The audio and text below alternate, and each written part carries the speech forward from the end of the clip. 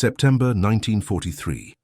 The transport train carrying Lieutenant Takeshi Yamamoto and 217 other Japanese prisoners rattled across the endless flatlands of Iowa, and through the reinforced windows they could see something that made no sense whatsoever.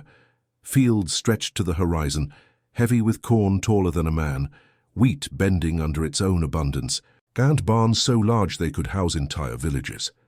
Yamamoto had been told America was suffering, that their enemy was weak and desperate. The evidence rolling past his window told a different story entirely. Before we dive into this story, make sure to subscribe to the channel and tell me in the comments where you are watching from. It really helps support the channel. What these men were about to discover would shatter every belief they had held about their enemy, about sacrifice, and about what human life could actually mean.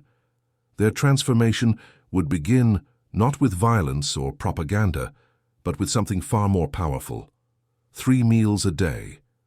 The prisoners had been captured across the Pacific Theater throughout 1942 and early 1943. Yamamoto himself had surrendered on Guadalcanal after his unit had been without food for 11 days. They had eaten tree bark, leather from their boots, and finally nothing at all. When the American forces found them, Yamamoto weighed 92 pounds. He had been a robust 165 pounds when he shipped out from Yokohama 18 months earlier. Sergeant Hiroshi Tanaka, captured at Attu in the Aleutian Islands, had watched 70% of his garrison die not from American weapons, but from starvation and exposure. The cold had been unimaginable, the supply lines non-existent. He had fully expected to die there, had written his final letter home, had prepared himself for the honor of perishing for the emperor. Instead, he had been given medical treatment, hot soup, and eventually this train ride into America's heartland.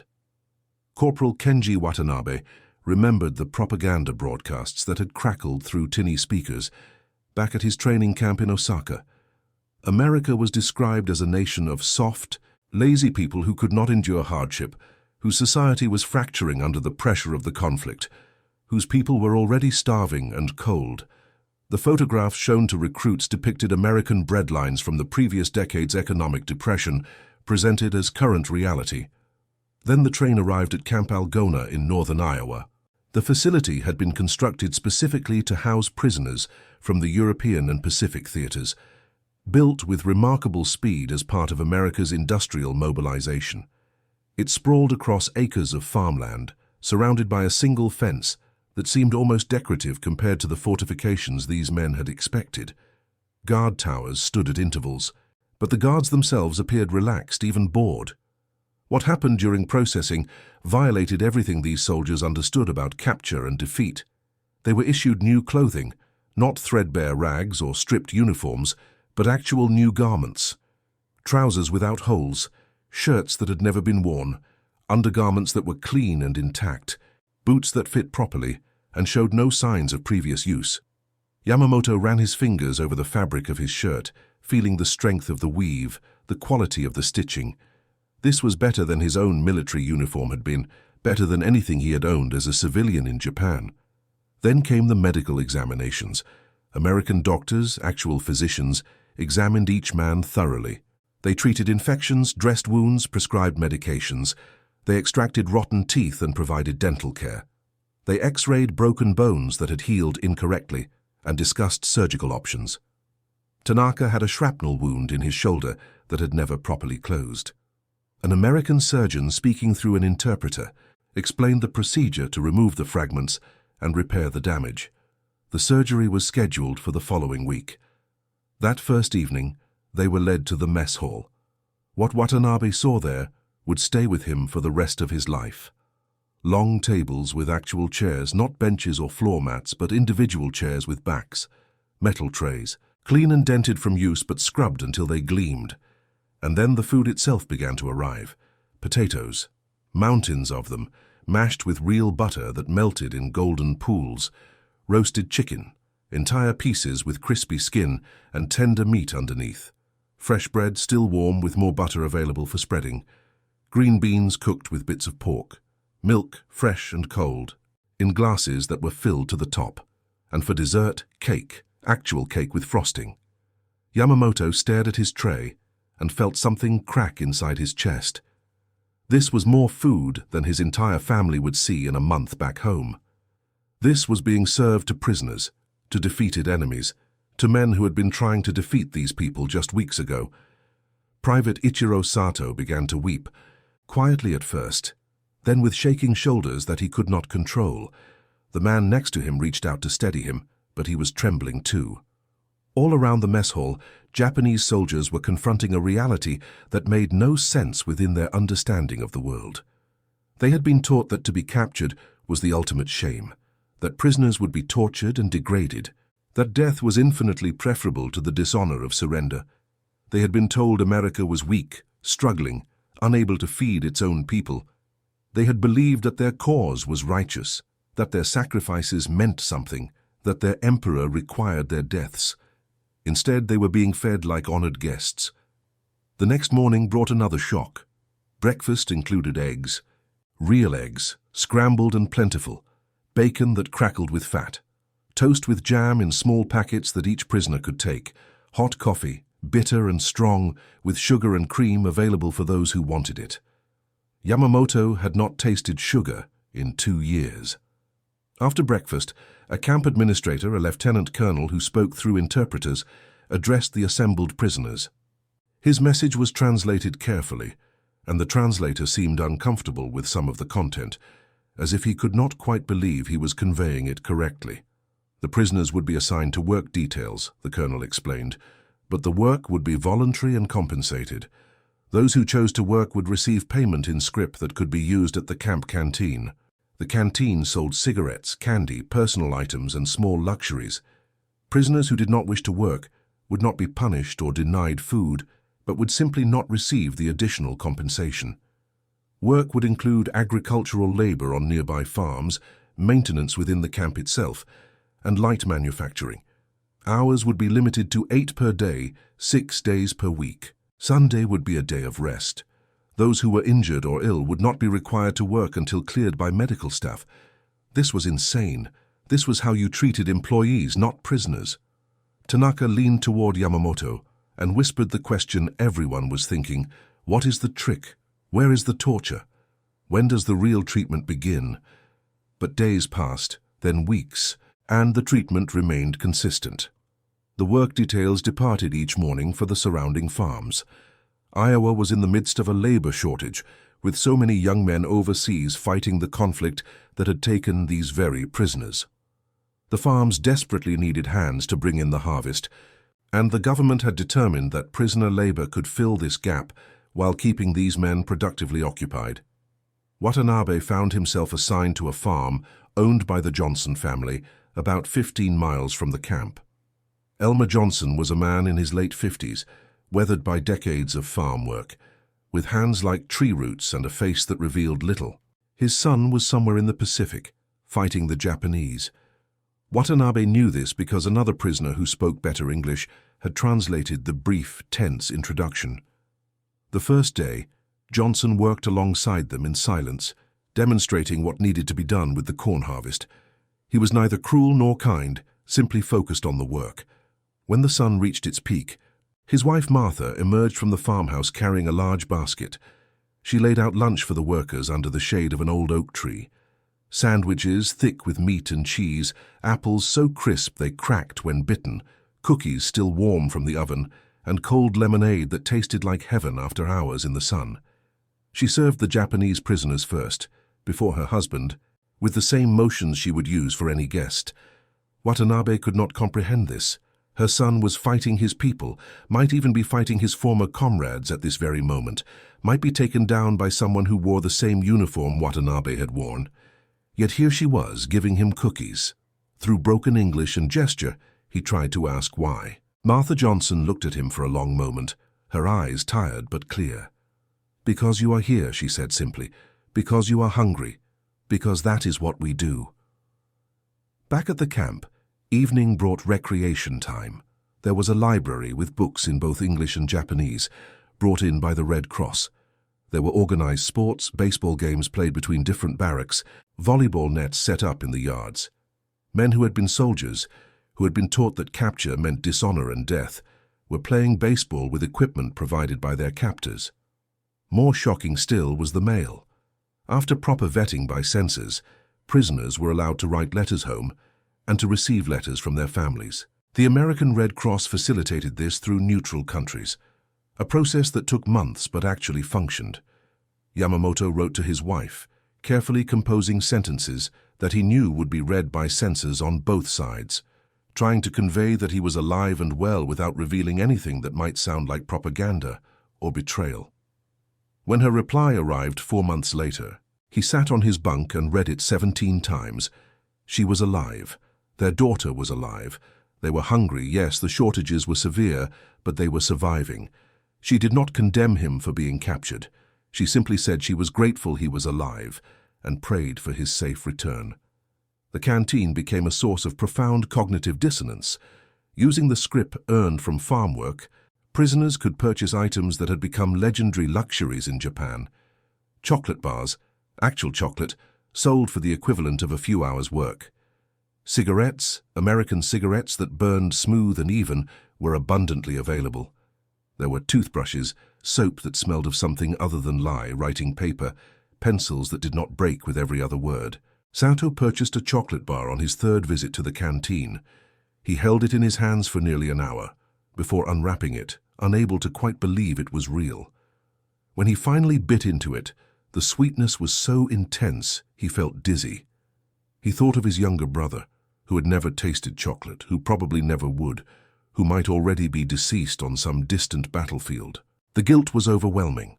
They were being treated better than they had ever been treated in their own military, better than many of them had been treated in their civilian lives, while their countrymen suffered and perished. The disconnect created a psychological crisis that rippled through the camp. Some prisoners withdrew into themselves, unable to reconcile their situation. Others became angry, convinced this was some elaborate trick, that the real punishment was being delayed for maximum cruelty. But most simply began to adapt, to accept what was happening, and in accepting it, to question everything they had been told. Tanaka found himself having conversations with one of the guards, a young man named Robert Peterson from Minnesota, who had learned some Japanese from a missionary family who had lived in Osaka before the conflict. Peterson was 19 years old, friendly in a way that seemed almost naive, genuinely curious about Japan, and completely lacking in the hatred Tanaka had expected. Through halting exchanges, they discovered they had both grown up on farms, both had younger sisters they worried about, both had hoped to become teachers before the war intervened. Peterson showed Tanaka photographs of his family's dairy operation, explaining the challenges of maintaining milk production during wartime rationing. Tanaka described his village's rice paddies, the back-breaking labor of planting and harvest, the festivals that marked the seasons. It was deeply disturbing to discover that your enemy was not monstrous, that he was in fact remarkably similar to yourself, that under different circumstances you might have been friends. Winter arrived, and with it came a revelation that completed the psychological transformation many prisoners were experiencing. The barracks were heated, not merely adequate to prevent freezing, but actually warm, comfortable, heated to temperatures that would be considered luxurious in most Japanese homes. There were blankets, multiple blankets per man, clean and thick. There were coats for outdoor work. There were boots lined with fleece for the coldest days. Meanwhile, letters from home described increasingly desperate conditions. Fuel shortages meant many families could not heat their homes at all. Food rations had been cut again. American bombing raids, the letters said carefully, were making life very difficult. People were dying from cold, from hunger, from diseases that spread through malnourished populations. And here, in a prisoner camp in the middle of enemy territory, Japanese soldiers were warm and fed and gaining weight. The psychological impact cannot be overstated. These men had been prepared to die for their emperor, had been taught that death was preferable to surrender, that their enemies were subhuman monsters who would torture and degrade prisoners. Instead, they were discovering that their enemies were farmers and shopkeepers and teachers, people who treated captured soldiers better than those soldiers' own government had ever treated them. Yamamoto spent long nights lying awake in his warm bunk, staring at the ceiling, trying to understand.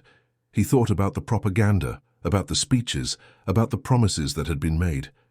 He thought about the truth of abundance he could see in every direction, the casual wealth that allowed America to feed and clothe and house its prisoners while simultaneously fighting conflicts on two fronts across two oceans. He thought about what it meant that everything he had been told was a lie.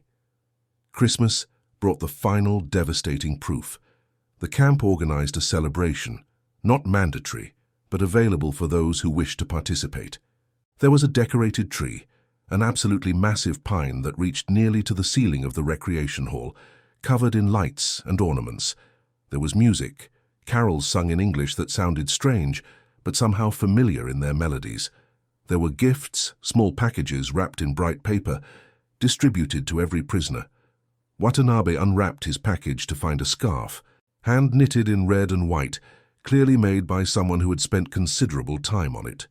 There was a note attached, written in careful English that one of the bilingual prisoners translated.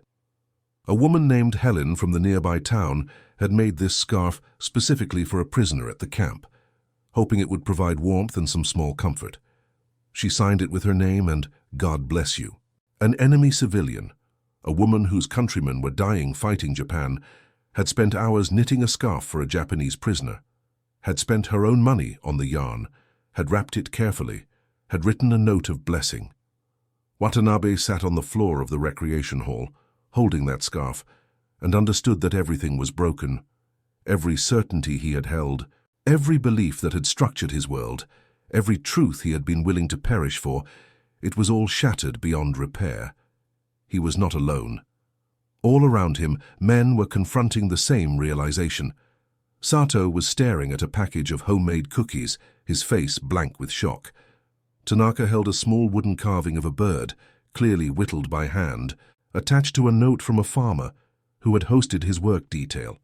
Yamamoto had received a book, a collection of Japanese poetry printed in America, donated specifically for the camp library by someone who thought prisoners might want connection to their culture. The evidence was overwhelming and could not be denied. America was not suffering. America was so abundant, it could afford kindness to enemies. The industrial capacity they had heard whispered about in frightened tones was not propaganda, but understated reality. The social cohesion they had been told was fracturing was instead strong enough to inspire civilians to make gifts for prisoners. Japan was not winning this conflict. Japan could not possibly win this conflict. The very foundations of everything they had been told were lies built upon lies. For some men, this realization brought despair. For others, strange as it sounds, it brought a kind of relief. If it had all been lies, then perhaps their surrender had not been dishonorable. If their enemy was not the monster they had been told about, then perhaps survival was not shameful. If the cause they had been fighting for was built on falsehoods, then perhaps they bore less guilt for failing it. Spring came early in 1944, and with it came expansion of the work program. More farms needed help, and many prisoners now volunteered eagerly for the details. The work was hard but fair, the treatment respectful if not warm, and the time outside the camp was precious. They were allowed to see more of this confusing country, to witness the sheer scale of its agricultural output, to understand just how thoroughly they had been deceived about American weakness. Johnson's farm became a regular assignment for Watanabe and several others. Over months of working together, a grudging mutual respect developed. Johnson was a man of few words, but he was scrupulously fair, worked as hard as anyone else and showed by example rather than command. When equipment broke, he taught the prisoners how to repair it. When a sudden storm threatened the harvest, he worked alongside them until midnight to bring it in, and Martha brought hot soup to the fields for everyone. One afternoon in April, as they took a break in the shade, Johnson spoke more than usual. Through Peterson, who had come along as guard and translator, he told them about his son. Lieutenant James Johnson was serving aboard a destroyer somewhere in the Pacific. His last letter had been 3 weeks ago, describing an engagement near some island Johnson could not name. The son was well, had been promoted, was hoping to come home soon. Johnson looked at the Japanese prisoners sitting in his field, eating sandwiches his wife had made, and said something that Peterson translated carefully. He said he hated this whole situation, hated that his boy was in danger, hated that these men's families were suffering, hated that any of it was necessary. But he did not hate them personally as individuals. They had not chosen this any more than his son had. They were all just caught in something bigger than themselves. The prisoners sat in silence after that translation. What could they possibly say? That they understood? That they were sorry? That they wished they had known the truth before any of this started? Watanabe found himself thinking about Johnson's son, wondering if they had ever faced each other across a battlefield, wondering if he had perhaps taken aim at that very destroyer without knowing whose son served aboard it. The circles within circles of the thing were too large to comprehend. By summer, the psychological transformation of the camp was nearly complete. Baseball games had become serious competitions between barracks, with prisoners developing genuine team loyalty and trash-talking each other in hybrid Japanese English. The library was constantly busy, with men learning English and studying American history and culture with an intensity that bordered on obsession. Work details were oversubscribed, with more volunteers than available positions. Some prisoners began to speak carefully about what they had learned, what they understood now about the true situation. Conversations happened in low voices after lights out, men sharing observations and conclusions, building a collective understanding that could never be stated openly, but was nonetheless widely shared.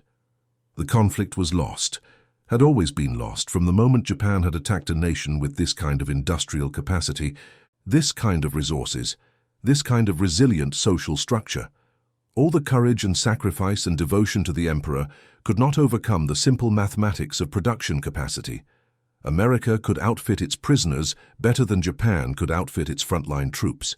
That single fact contained entire volumes of truth. In August 1945, news filtered through the camp that something enormous had happened. The details were unclear at first, censored and confused, but gradually the truth emerged. 2 cities had been destroyed by weapons of unimaginable power. Japan had surrendered. The conflict was over. The prisoners' reactions were complex and contradictory. Relief that the fighting had ended, that no more would perish. Horror at the description of the weapons, at the scale of destruction. Grief for their homeland's defeat and the suffering it had endured. Confusion about what would happen to them now. And underneath it all, a strange vindication. They had been right in their growing understanding. Japan could not have won. The evidence had been there all along, in every meal, every heated barracks, every gift from a stranger, every casual display of abundance. The repatriation process took over a year. Logistics had to be arranged, ships made available, protocols established. During that time, the camp's atmosphere shifted subtly. The prisoners were no longer prisoners, not exactly. They were displaced persons waiting to go home, but home to what? Letters from Japan described cities in ruins, infrastructure destroyed, hunger widespread, occupation by American forces who were apparently behaving much as the guards at Camp Algona had behaved, with fairness, with discipline, with enough food. Yamamoto received a letter from his wife that made him cry.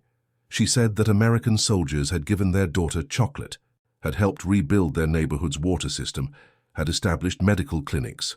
She said things were difficult, but slowly improving. She said she was proud of him for surviving, that she wanted him home, that nothing else mattered. When the transport ship finally arrived to take them back to Japan in late 1946, the prisoners packed their few possessions and prepared to leave a place that had confounded everything they thought they knew about enemies and honor and human nature. Some had formed genuine friendships with guards. Many had favorite farmers or townspeople they wanted to thank. Nearly all had gained weight, recovered from injuries, learned at least some English, and fundamentally revised their understanding of the world. Peterson came to say goodbye to Tanaka. They shook hands in the American fashion, and through imperfect Japanese, Peterson said he hoped Tanaka would find his family well, that the rebuilding would go smoothly, that perhaps someday the bitterness would fade enough for them to be friends officially instead of circumstantially. Tanaka replied in careful English that he would remember Peterson's kindness for the rest of his life, that he would tell people about the young American who had treated him like a human being when he had no obligation to do so. Watanabe sought out the Johnson farm one final time, bringing a small carved figure he had made in the camp's woodworking shop, a crane in flight, symbol of peace and hope. He gave it to Martha, unable to find adequate words in either language for what he wanted to express. She accepted it with tears in her eyes and pressed a package of cookies into his hands for the journey home. The ship that carried them back across the Pacific was crowded and uncomfortable, nothing like the abundance they had experienced in Iowa. But no one complained. They were going home. Whatever they found there, they were going home. What they did find, of course, was devastation, cities reduced to rubble, industries destroyed, populations hungry and traumatized. The occupation was well underway, and American forces were everywhere, bringing food aid, managing reconstruction, establishing order. The prisoners from Camp Algona looked around and recognized the pattern. This was not revenge. This was the same basic decency they had experienced in Iowa, scaled up to national level. It was bewildering and consistent. In the decades that followed, the men who had been imprisoned at Camp Algona carried their experiences with them. Some spoke openly about what they had learned, about the lies they had been told, and the truths they had discovered. Others kept quiet, uncertain how to discuss experiences that contradicted the preferred narratives of either wartime propaganda or post-war recovery. But all of them remembered. Yamamoto became a teacher, as he had wanted to before the conflict intervened. He taught English and American history, drawing on his experiences to help his students understand the importance of questioning propaganda, of seeking truth beyond official statements, of recognizing humanity in supposed enemies. He never forgot the taste of that first meal in the camp mess hall, the weight of that cognitive dissonance, the slow crumbling of certainties he had thought immutable. Tanaka returned to farming, rebuilding his family's rice paddies with techniques he had learned in Iowa. He maintained correspondence with Peterson for 30 years, the two men becoming genuine friends across the distance, visiting each other twice, their families eventually meeting. He never quite resolved his feelings about the conflict, the surrender, the years of imprisonment, but he knew with certainty that he had been lucky to be captured by Americans rather than dying on Attu, as he had expected. Watanabe opened a small restaurant in Tokyo that served an odd fusion of Japanese and American dishes. He kept the wooden crane from the Johnsons on his mantel at home, a reminder of the inexplicable kindness he had received from people who should have hated him. When asked about the conflict, he would say only that he had learned the most important lesson on an Iowa farm, that the person across from you is a person, and that simple truth mattered more than all the propaganda in the world. The Camp Algona experience represented something larger than individual stories.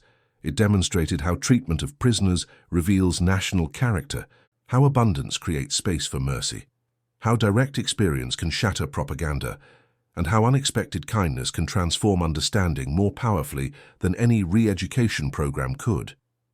The Japanese prisoners expected torture and received medical care. They expected starvation and received abundance. They expected degradation and received dignity. They expected confirmation of everything they had been told about American weakness and instead discovered casual evidence of overwhelming strength. They expected to die for their emperor and instead learned to question why that death had ever been necessary.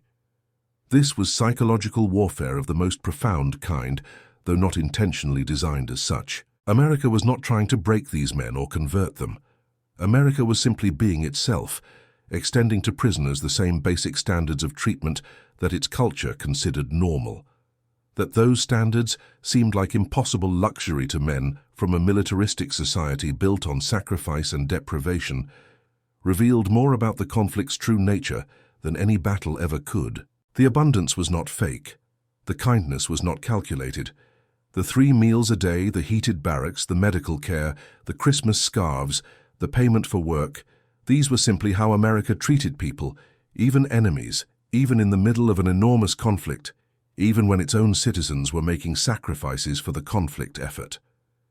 That this seemed impossible, that it broke the prisoners' understanding of reality, that it forced complete re-evaluation of everything they thought they knew, that was the point. Not intentionally, but effectively.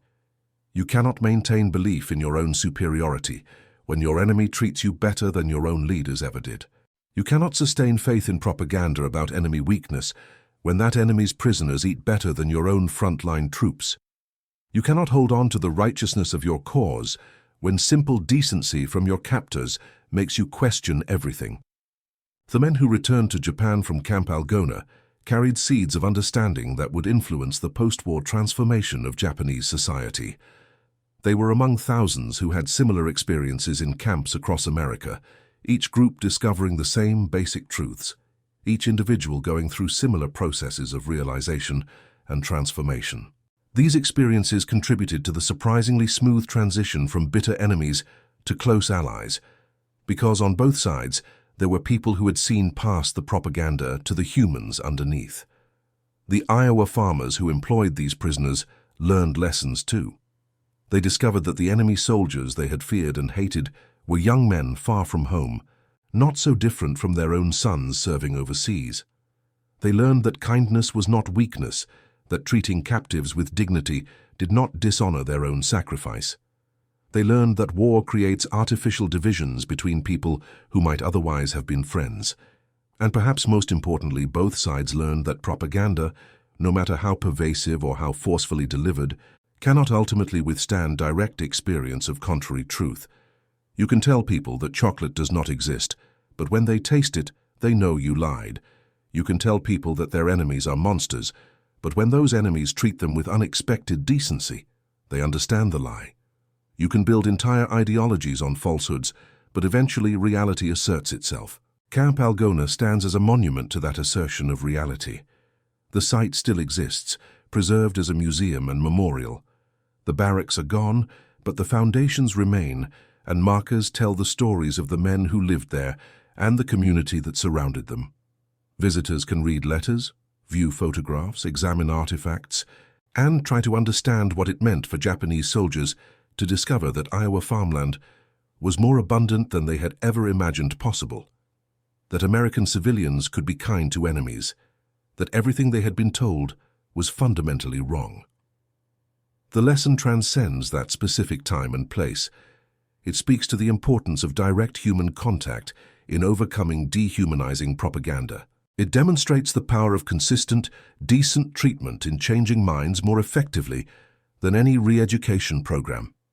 It shows that abundance creates moral space that scarcity destroys. It proves that the simple act of treating enemies as human beings can plant seeds of understanding that grow into lasting peace.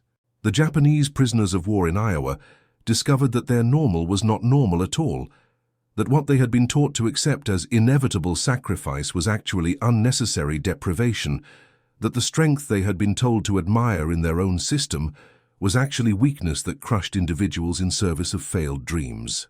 They learned this not through lectures or propaganda from their captors, but through the simple experience of being treated like human beings deserving of basic dignity.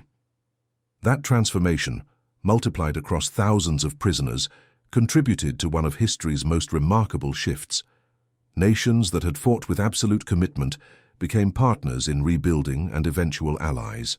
Enemies became friends, and a significant part of that transformation came from the fact that men who had expected death found 3 meals a day instead, and in that discovery found reasons to question everything.